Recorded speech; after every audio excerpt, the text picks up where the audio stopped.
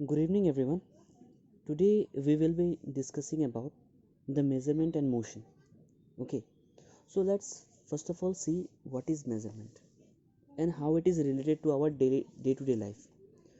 So measurement is an integral part of our everyday life, isn't it? While buying fruits and vegetables, the vendor weighs them on a balance or a weighing scale to give us the desired quantity, isn't it? Suppose, like for getting a dress stitched, we need to give measurements to the tailor. While cooking a dish, we have to mix ingredients in the right proportions, isn't it?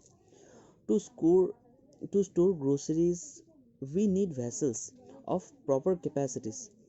Let us understand through this some of these examples. Okay. Suppose like a cloth merchant uses a meter scale to measure a cloth, isn't it? The meter scale has an fixed length. If the length of a piece of a cloth is 5 times the length of the meter scale, he says that the length of the cloth piece is 5 meters. So by this what you can say that measurement is the process of comparing an unknown quantity with a known fixed quantity, isn't it? And it is represented by the units. So what is the unit? Unit is the name of the unknown fixed quantity that we will be discussing about. Okay, so this is the measurement. Now let's talk about the types of units of measurement. Okay, so there are two types of it. Okay, in earlier times people used different body parts such as handspan, cubit and foot to measure length. The problem with these units was that the sizes of body parts would differ from one person to another, so they are called non-standard units. Okay, because the measurements made with these non-standard units will always give inconsistent results. It will always lead to confusion and conflict. Okay, so how do we resolve this one? To overcome these inconsistencies, in 1960, okay, remember the date, in 1960 the General Conference on Weights and Measure worked out a new international system of units which is popularly known as the SI units. Okay, the objective of this new system was to promote a new common acceptable to all around the world. Okay, so the meter, kilogram and second are the SI units for length, mass and time, which are the fundamental physical quantities. Okay, the SI units may not always be convenient for the making all the measurements, but in such cases we use the multiples and sub multiples of the base unit. Suppose meter also has like centimeter, kilogram also has gram, second also has meter, hour, that like that way. Okay, so now with the adoption of the SI units, it became easier to exchange scientific data and the results of various experiments among the scientists of different countries. Apart from the universally used system, there are a few other types of systems are also present.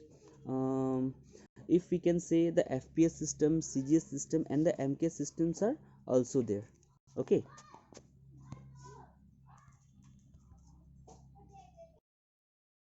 let's see now the advantages of SI system.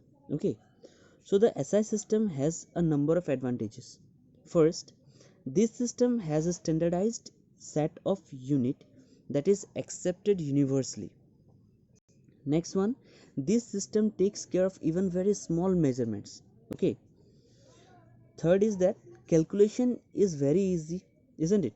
So calculation is easier as interconversion of the units within the system is very simple. Next one, units do not change with time.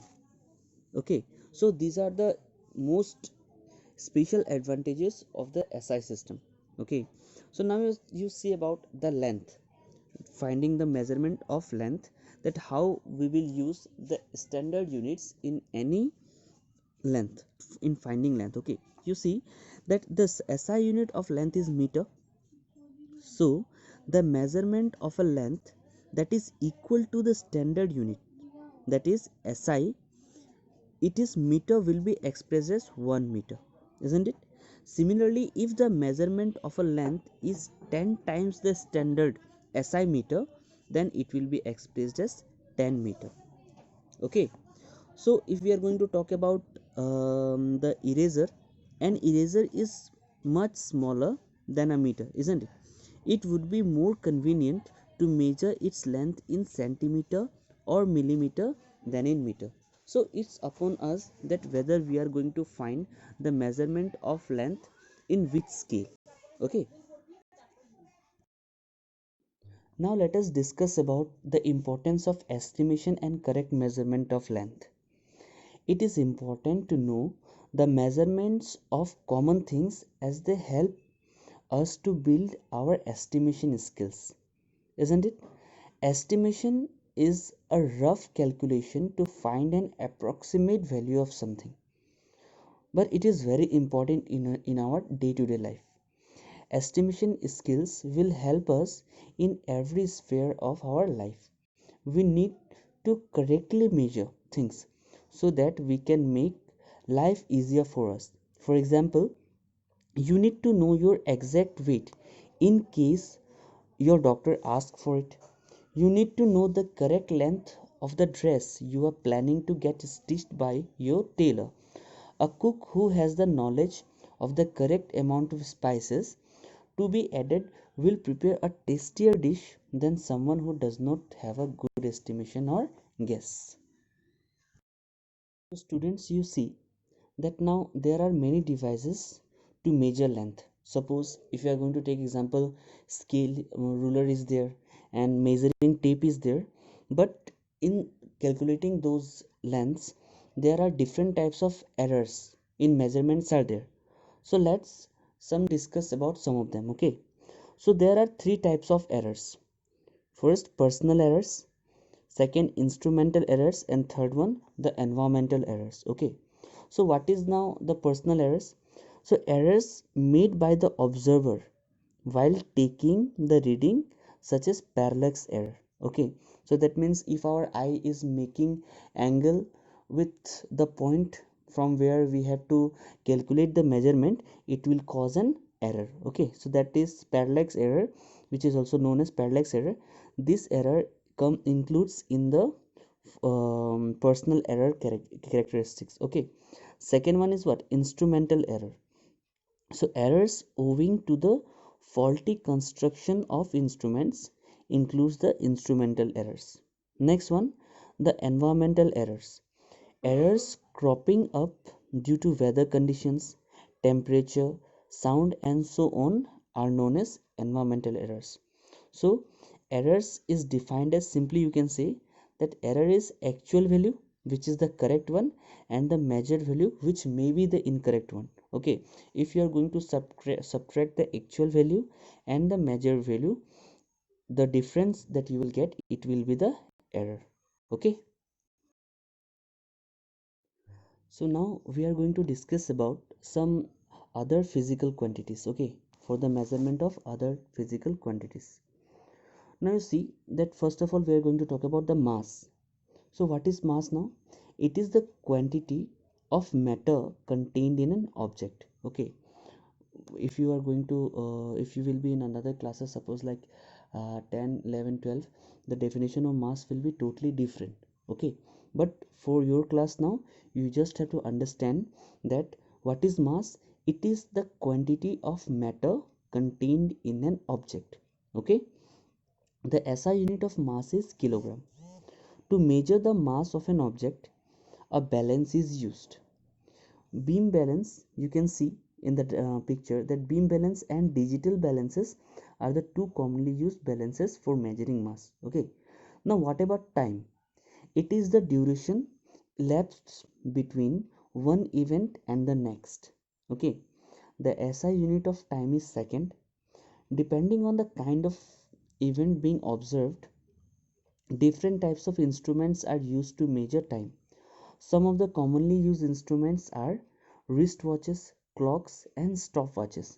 Stopwatches are mostly used in sports where we want the exact time of anything, isn't it? Now let us discuss about the temperature. So what is temperature now? It is used to measure the degree of hotness or coldness of a body.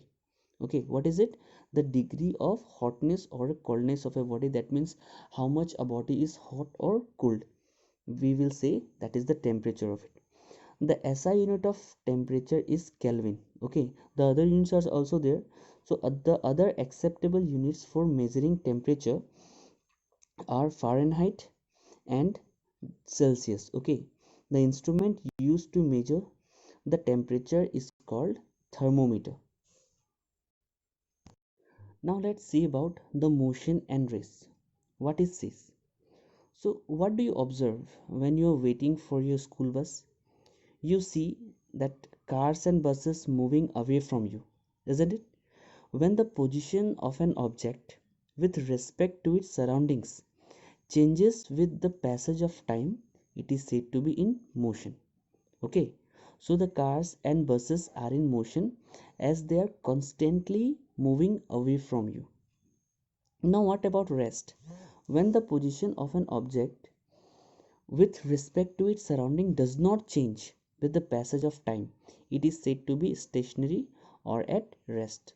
So the houses and the trees around you are at rest as they do not change their position with respect to us. Okay, now there will be different types of motions also, as we have discussed about it. So now you see that, look at the various moving objects around you. You will see different types of objects moving around you, isn't it? You will see a car is moving on the road, a boy is moving down a slide, a fly buzzing around, a train moving on the track, the moving blades of an electric fan is also there, and a swinging motion of the pendulum of a clock. You will find that different objects show different types of motion. The motion shown by these objects can be divided into different types that we are going to discuss now.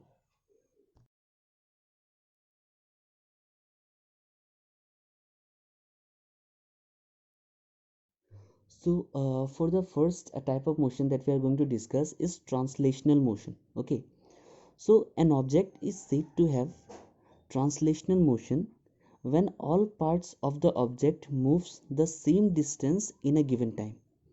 This kind of motion can be categorized into two kinds. First, rectilinear, and the other one is curvilinear motion.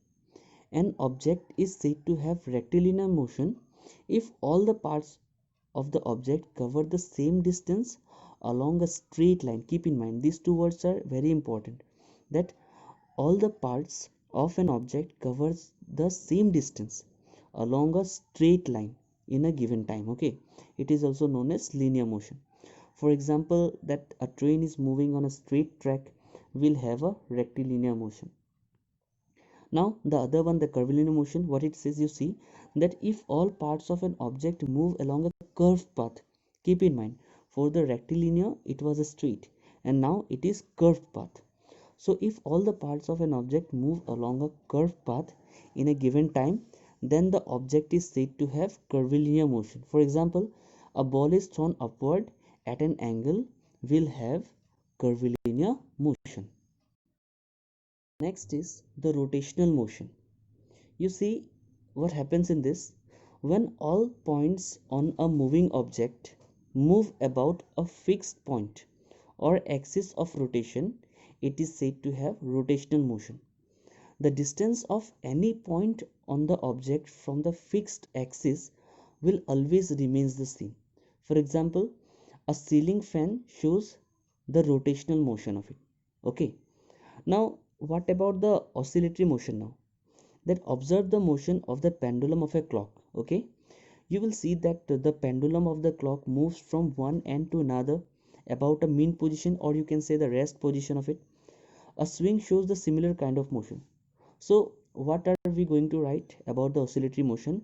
That oscillatory motion is that in which an object moves to and fro about the mean position or the rest position.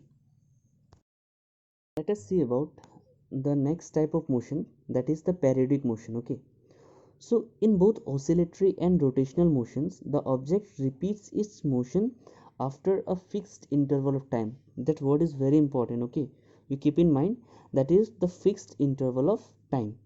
So again I'm repeating this one. In both oscillatory and rotational motions, the object repeats its motion after a fixed interval of time. This motion is referred to as periodic motion. Okay. Some examples of these periodic motions are motion of the earth around the sun. It always completes the revolution around it in a fixed interval of time, isn't it? The blades of an electric fan, motion of the pendulum of a clock, motion of the needle of a sewing machine, motion of a swing. Okay, so now you see that the objects that do not repeat their motion after a fixed interval of time are said to have the non-periodic motion. The objects moving in a straight line and children playing in a park shows the non-periodic motion. Okay, now what about the random motion? Okay, from the name you can understand this, that how it will work. The type of motion in which an object does not move along a fixed path or direction is called the random motion. For example, a movement of a fly in the sky is a random motion. So students, motion is directly related to the transport, isn't it? As this made the transport very easier. So let's discuss a little bit about it. So in older times, people used to travel from one place to another on foot.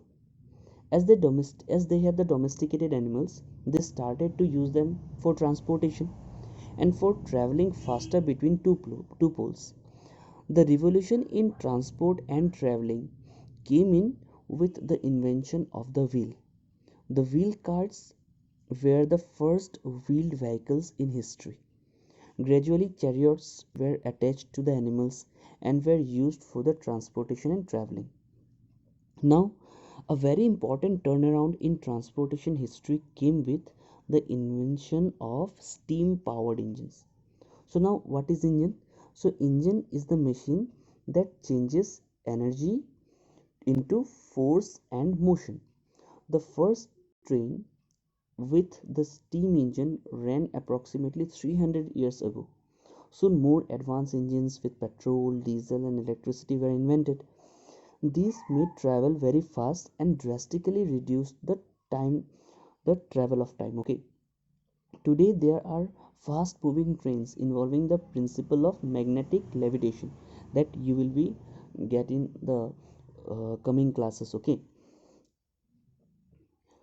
Today there are fast moving trains involving the principle of magnetic levitation. Airplanes are the fastest mode of transport that have significantly reduced the time taken to travel between two poles. Okay, so I hope you got this chapter.